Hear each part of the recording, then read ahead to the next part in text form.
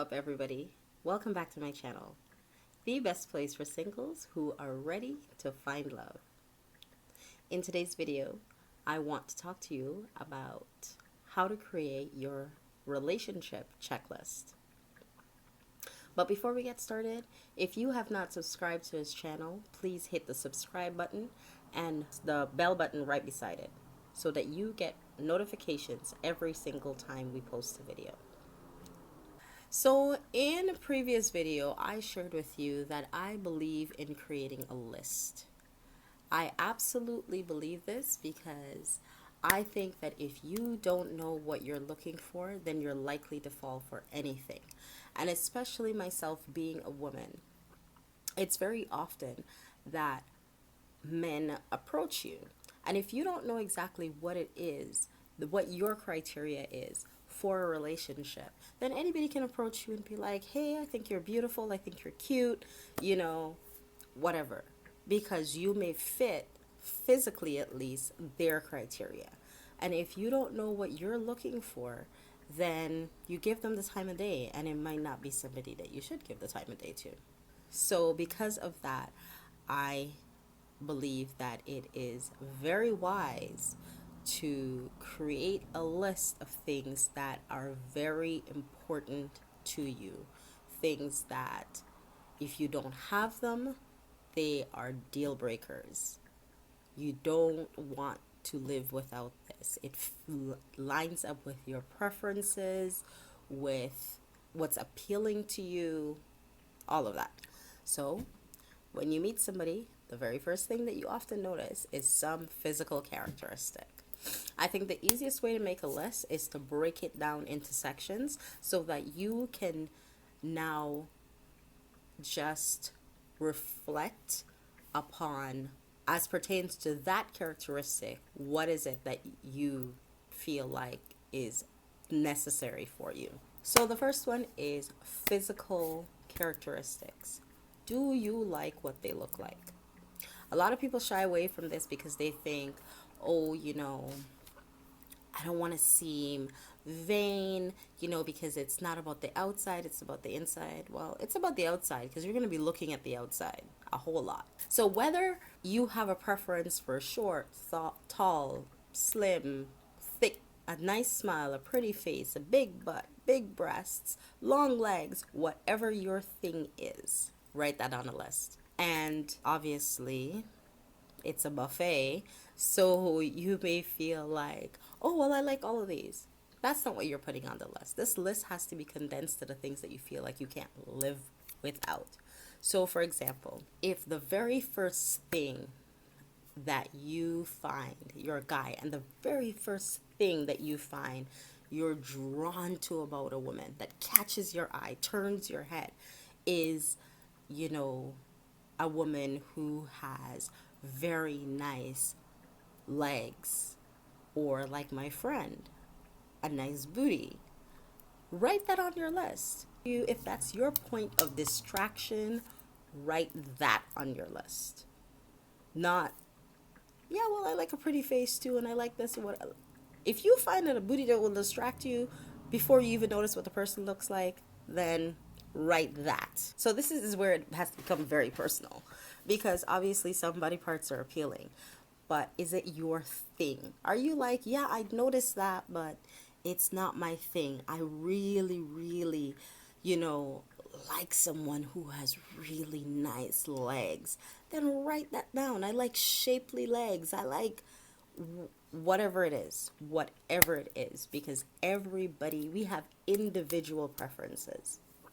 So write that thing down. Because this is such a personal exercise, the thing that you're going to have to struggle with is not having your list conform to the norms of other people's preferences around you. Okay, we have the typical description of males in our society. It's just very popular. And so people will say, oh, I like them tall, dark, and handsome. Well, what if you don't mind short, fair, and average looking? What if that's your thing? I have heard some women say, you know what, I don't like no guys that are too cute because I just can't handle the stress of that. Very handsome is not your thing. Write that down. What if a really handsome guy steps up to you, but you can't handle that on the inside? You know that it'll make you extremely jealous. You'll be just acting crazy. Then don't put, he has to be fine, fine, fine. Because you can't handle it. You don't want it. It's not important to you. Another way that you can look to refine this is really considering within yourself what physical feature, if your spouse didn't have that, you would feel like you robbed yourself. That it's not like, oh, that would be cute if they have it, but I would really feel like I got gypped, you know? We know we're making the choices, but you know what I mean? From a human standpoint, if you'd feel like, man, I really like a guy with really nice teeth. And this guy's nice, you know, but he's got some jacked up teeth. And I mean, he can go to the dentist, so this is just an example. But whatever your thing is that will make you feel like you're being robbed, write that on your list. The next one we'll move on to is, are you compatible intellectually? And in this, I'm not talking about schooling, about the level of schooling that you've gone to, you know, the level of education that you've attained to. I'm talking about their mind. Like, are you compatible? Are your minds compatible? Do you find that you are stimulated by the conversations that you have with each other? Are you fascinated by what comes out of this person's brain when they speak, when they do things, when they, you know, come up with ideas? Like, does that just make you go, wow, like I am just drawn to you because of that? And that's not to say dismiss education. If you want somebody that has a certain level of education, and if you have a similar level of education that is able to attract somebody with that level of education, write that down. The reason I say, you know, it's not specific to education is because there are people who were poor students and they became absolutely brilliant entrepreneurs running multi-million, multi-billion dollar businesses. So don't get stuck on, oh, you know, they have a master's in this, unless that's important to you. More so focus on what is it about their mind that is appealing to you, or what is it about a certain way of thinking. If you like somebody that's witty, you know, they have a good comeback, that sort of thing. Just write that down. Next is relational. In this, you are determining what you're looking for in terms of how this person operates within a relationship. Now, you have to assess all kinds of relationships, not just romantic relationships, because you might not have access to information about their previous relationships. You're going purely upon what they tell you, which may or may not be accurate. And even if it's accurate, it's from one perspective. So it's just from their point of view, which may be very different from the other person's point of view. So you're looking at how are they with their family and their friends. Would their friends say this person is a really good friend? And what does that mean? How would their friends define good? What do they define, you know, this person is a good friend as? He's a good guy. She's a good girl. What does that mean in light of them being a friend? Are they somebody that can be counted on? They're considerate, they're compassionate.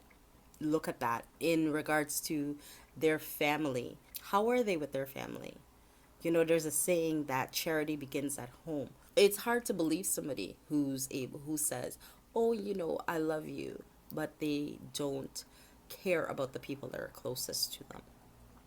So find out what their relationships were like. You know, I was having a conversation with a woman that's older than me, and she was telling me, she said, you know, my dad always told me, don't go for a man that doesn't have a good relationship with his mother, because how he treats his mother is how he's going to treat you.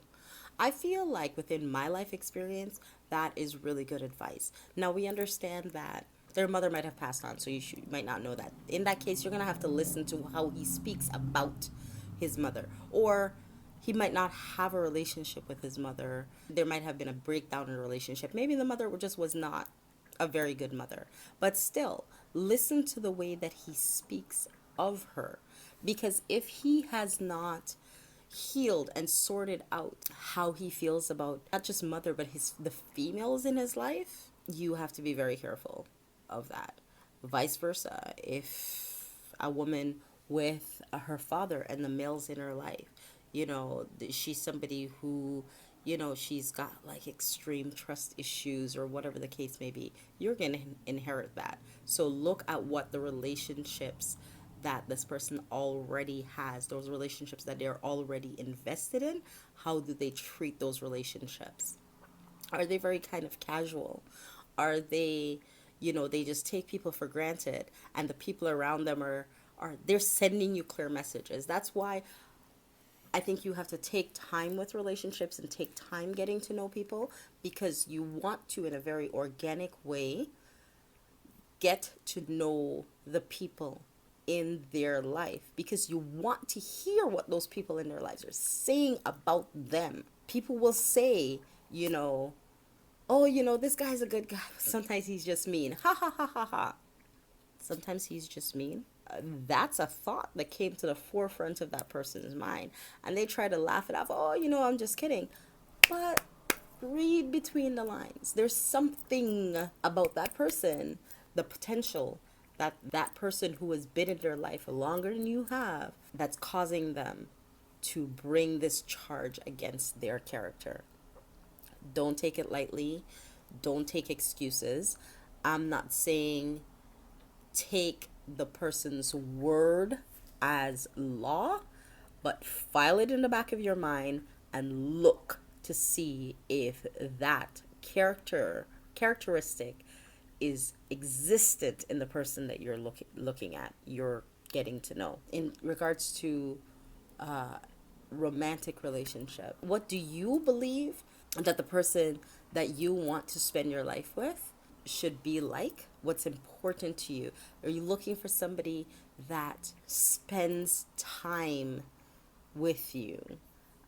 This might be a good time to perhaps find out more about the 5 love languages or something like that, that lets you kind of be able to self-assess what is important to you and what you would like in the other person, so that they're reciprocating that back to you. If spending time together is important to you, then write that on your list, because you're looking for somebody who, having that quality time, who will make time for you. That's critical. You like somebody who sends thoughtful messages throughout the day, or just checks in some way. Look for that. Don't ignore it. Write it down. One way that you can be able to formulate your list around this is looking at your friendships. When you think about your 3 closest friends, for example, or your 5 closest friends, what is it about them that you really like? Why is it that they're your go-to people? Or you would, if somebody said, oh, who are your 3 closest friends? Why do they make the list? Think about that, consider that, and write those qualities that they have on the list, because that's somebody that you're relating to. Some of those qualities will translate to a life partner, because essentially they should be your friend. Also, family members. If you walk in the room and you like the way that your mom just reaches out her arms and she just says, "Come here, baby," and that makes you feel good. Before you get the hug, you feel wrapped in her love. Then write that down, because you want somebody that will feel their entire way of relating to you feels like they're allowing you to be drawn into their space, and they're embracing who you are, even just by their words of welcome. Well, that's it for today. Thank you so much for joining me. Go ahead and create your relationship checklist. Let me know below how it goes, if it was a pleasant experience, if you had a difficult time doing that. I look forward to seeing you in the next video. Now, have yourself a great day. Love yourself, love others, and be blessed.